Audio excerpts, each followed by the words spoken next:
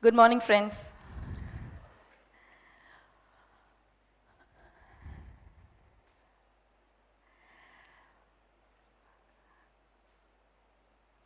I'm really very grateful for this opportunity to share our learning at Puvidham. At Puvidham, we learn through living and living simply.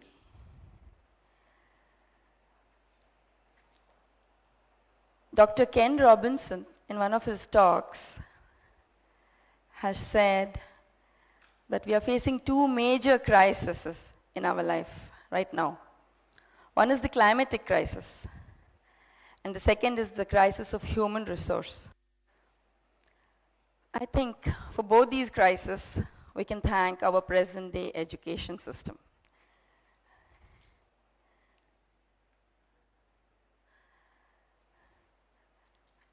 As soon as a child goes to school,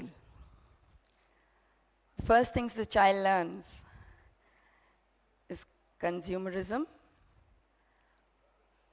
competition, and to pretend that he's having a good life, to change his real nature into a nature that everybody else appreciates.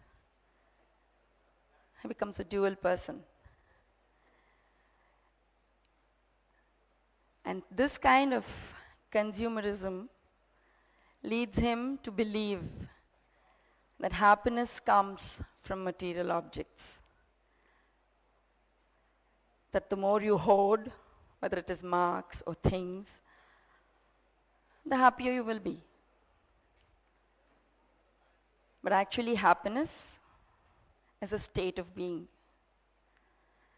Happiness is when you can pick up a stone and pretend it's a phone and talk to a non-existent friend for hours on end. That kind of happiness is what all children are born with. They know how to be happy. They know how to be content. And through our education system, we slowly pick it out and make them dissatisfied competitors who are struggling for success, which they don't know what it really means. What is success? What should education really be doing? Life is so wonderful. So much is there to wonder about. In our schools, we slowly erase the wonder of life, the wonder of learning, the wonder of living.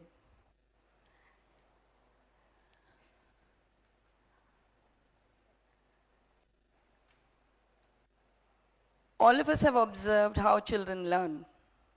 I'm sure many of you are parents. From the moment the child is born, up to the time it is about a year old, we do not teach. We allow the child to learn. Why don't we teach? Why don't we sit in front of a month-old baby and try to make it learn gurgling sounds so that later on the child can speak? We wait till the child has learned on its own how to understand us. And once the child can understand and we can intimidate the child actually, then we start teaching. We teach out of arrogance. We teach because we can. Once the child is 1 year old, we can dominate it. We can force it to learn what we think is important. But till then, the child has been learning on its own. And it has been learning through the only tools it is born with, its body.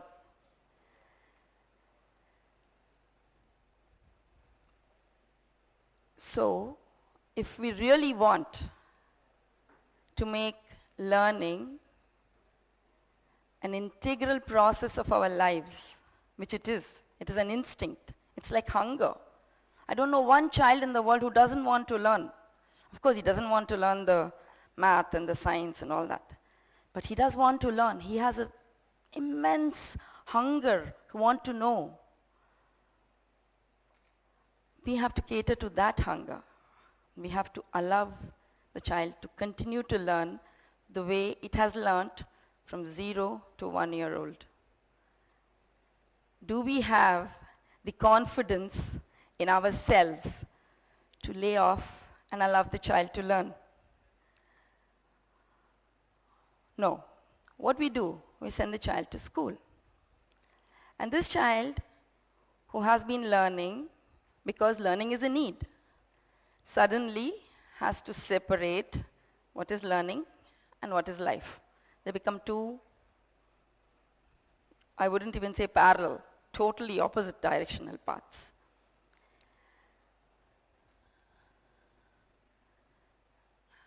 So we must actually understand the nature of learning.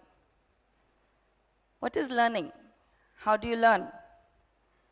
You learn when you respond to a stimuli. You learn when you want to know. It's a need within you. And you learn with the faculty and resources that you have at that particular point in time. And that is really the only way to learn. Rabindranath Tagore has very nicely said that we do not remember much of what was taught, only what we learnt. And that's really true. I'm sure all of you will agree with me. So education, in fact, has to be a complete experience. It has to start within and connect with the outside. Education has to help us to rebuild the world outside in our heads, to build a kind of world that we want to live in, a honest, sincere, trustworthy, beautiful and wonderful world. And why do we educate? Why do we need education? At this point of time, we need education that will allow us and help us to understand how we can live a simple life to help sustainability on the planet. A zero waste life. As much as possible. How to recycle, how to upcycle, how to grow your own food, how to create rather than destroy, which our present-day education system is teaching us. How to create rather than consume. How to learn rather than teach. Children love working with nature. You don't need to coax them, just let them be. They run out into the garden. And we have chosen agriculture as our major activity in our school because through agriculture, you can learn everything that you need to learn actually. Your math, your science, your physics, everything. And when you work with both your hands, all this latest research has said, you need to work with both your hands to develop both sides of your brain. Yeah, it's happening. And when you work with nature, you touch yourself, you connect, you become sensitive to all other life forms. And it's not necessary that you need a big farm. You can do it in pots. There are vertical gardens, there are rooftop gardens. You can do it anywhere. And nature helps us to understand creation, to create, gives ideas for designs. Art Art is another very, very important, I would say, medium. We talk about English medium, Tamil medium, whatever. But really speaking, all of us learn through pictures. We learn what the world is all about by imbibing pictures, and we store information also in pictures. So drawing is a very good way of learning what is happening outside and recreating it inside.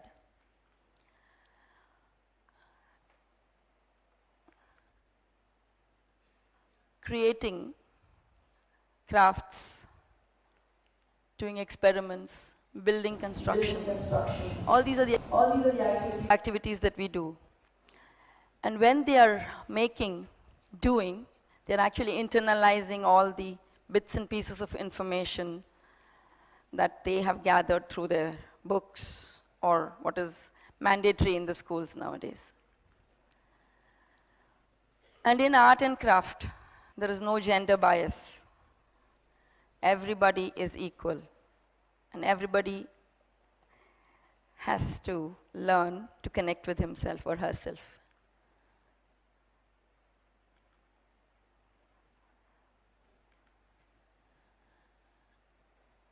We also make simple learning material within our campus, which we use when the children have to be indoors. Mostly they like to be outdoors. Creating knowledge rather than eating it up is what we do from our textbooks nowadays. So we feel the children, they have to write, they have to say what is inside them. It has to come out. So we give a lot of importance to writing in the first language, to creating stories, poems. And we take them out as much as possible in nature so that they realize how small a human being is in the universe. To understand the place of the human in nature. To realize that without this abundance which is there in nature, we cannot survive. To make sure that the children understand what is abundance. There is no dearth of resources on the planet, but we are taught that there is a huge resource bottleneck. But actually, if you learn to live simply and define your needs, there is abundance. Yoga and meditation. Meditation is not just when you're sitting and eyes closed. Meditation is when you're absorbed in a work totally, and you're doing it with full concentration. Children know how to be absorbed. Children are little Buddhas. They know how to live in the present moment. And all we need to do is give them space to continue to do that. And children can live in harmony with everything around them. There's no conflict, no violence. We have created a kind of a curriculum where we feel that subjects have no place. When learning is segregated, how can our character be integrated? So we don't have people with integrated characters.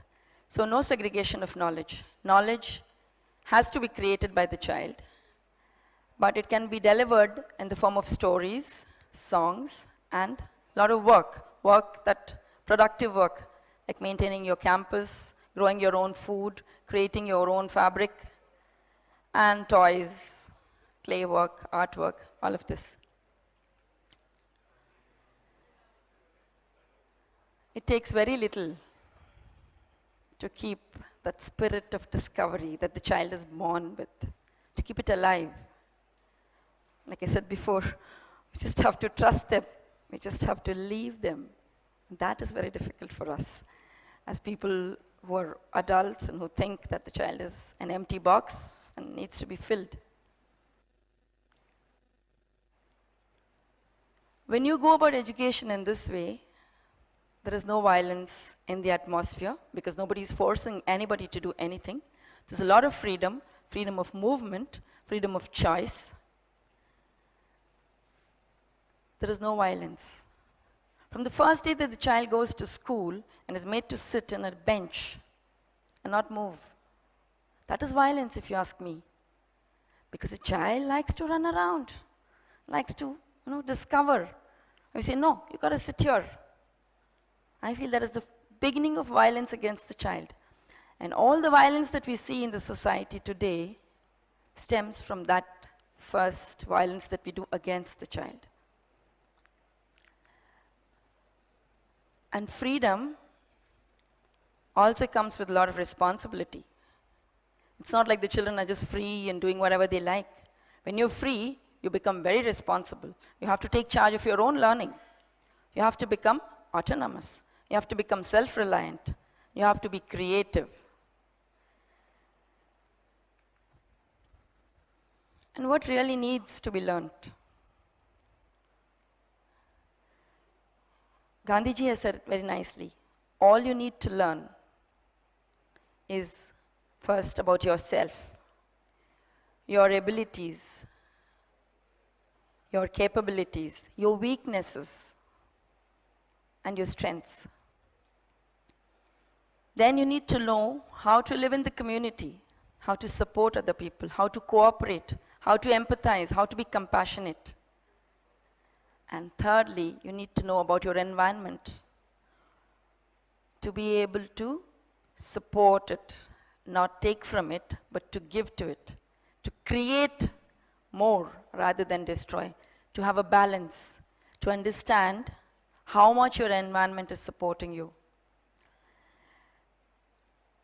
If you know these three things, then all other information, I would not call it knowledge, all other information can be gained any moment, any time that you desire, now with all this internet and everything available. So why are we still focusing on textbook knowledge? The only person who is really educated is the person who has learned how to learn. And the child knows how to learn. From the first moment of its birth, it knows how to learn. All we need to do is not interrupt it.